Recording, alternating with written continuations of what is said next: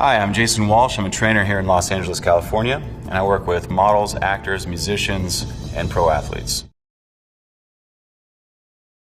I don't know if you remember in the film, in that incredible scene where she's doing like the full-on push-up, it was kind of an epic scene, and I've actually had a lot of clients come to me saying, I want to look like Emily Blunt. Brie Larson for Captain Marvel. She came to me because of Emily Blunt and the way that she looked and performed in that film. To become a superhero.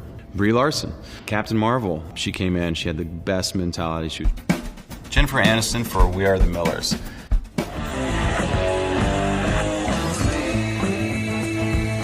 This was my first time that I got to train somebody for an exotic dancer. Chloe Grace Moretz, Shadow in the Clouds, fighter pilot. I recently started training Chloe. She's a young lady that had trained before. She did Kick-Ass, where she actually did get injured. She really messed her knee up in Kick-Ass doing some of the stunt work. Training for an action role, Mat Damon, Elysium. Training for a military role. Bradley Cooper came to me through John Krasinski, and he got this big role for American Sniper. For Bradley, it's all in. He wants to become that character. Chris Kyle, 225 pounds, military guy, highly respected and decorated. Bradley Cooper, 185 pounds, wet, novice, never trained like this before. Not like this, not the kind of weight training that we were gonna have to do. I'm gonna be honest with you, this was the one that I was most worried about in my career, because I didn't know if we could achieve what he wanted to achieve. And it wasn't until the day before shooting that we got him on the scale, and it literally read 225, and I couldn't even believe it. You cannot fake the way 400 pounds feels when you lift it off the ground. So in the movie, that's real. So when a client comes in, depending on their role, what we're going to do is manipulate calories and macro and micronutrients, also known as the proteins, carbohydrates, and fats. Those are really the ratios that we really play around with for this. We can increase caloric intake to increase size or create an environment where that person can grow, or we can deplete some of those calories and get them to start losing body fat. What to do is really build muscle, which meant that we wanted to go ahead and supplement a little bit more than we would just during normal training. I use and highly advocate protein supplementation. Protein is essentially the building blocks of muscle. We want to recover, we want to put muscle on, protein is essential.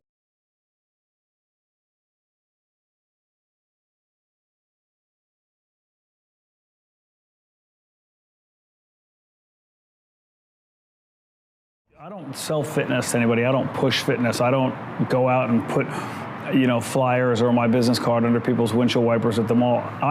The people are coming because it's something they want. By the time they get here, the motivation's already kicked in. They're self-motivated. These are people who, if you look at their careers, they're self-motivated. Nobody has to nudge those people and go, time to get up, gotta go to work today. They're up, they're out there. They've probably done more before work than most people will do at work. Okay, so if you go on Google right now, you type in top celebrity trainer, a name's gonna come up. The guy sitting next to me, his name is Gunnar Peterson, who, let me just kind of say a list of some of the people you trained. Brady, Kardashian, Stallone, Affleck, Ben Affleck, you got a list of them that you've got prime location here. Yep. So anyways, and on top of that, by the way, the Lakers just hired him as the head strength coach. We got that. You proud of me or what? Head strength coach. That was excellent work. Your clientele, these are pros. These are people that really, really want to do this. Now, high level, high achieving, hyperactive. 0.001%. Correct. And not even 1%. And I love those people. That's great. And they may not even know, they fire me up. They're fired up, so they want to work out. They're fired up to train with somebody who's passionate about the training, but I'm fired up because of who they are and the fact that they've found a way to actively prioritize this and fit this into their already jam-packed day. I love people like this. Don't tell me you don't have time. I mean, to me, that's funny when they list them as A-list, B-list. To me, everybody who comes here is an A-lister. Whether it's an attorney, whether it's a doctor, it's just a guy who inherited money and who's just enjoying his life, but he wants to stay in shape. You treat everybody like they're an A-lister. I don't have, it's like somebody said to me once, you have to charge celebrities differently, and I think that's wrong. I think that's wrong. You can't. If I ran a restaurant and I say, hey, you want the steak? It's $26. And I go, oh, wait a minute, you're on a TV show? Oh, the steak's $42. You can't do that. No, you can't do that. So Yeah. And if you're providing a service, you're charging for your time. Just Well, like that's very common in your world, though. I find it wrong. It's great for other people. That's not my way. How do I know how to hire and interview a trainer to say, this is who will be my trainer? So I would go through one of the governing bodies, and they have, they have it's mapped out where their members are. So the National Strength and Conditioning Association, NASM, ACSM, ACE, and you can reach out to them. I'm sure you could do it on a website and just say, I'm looking for a trainer in this area. After that, how do I know that this guy knows what he's doing, this girl knows what she's doing? So I think you have to trust the certification process. I would couch that with, just because you're certified doesn't mean you're good, and just because you're not certified doesn't mean you're not good.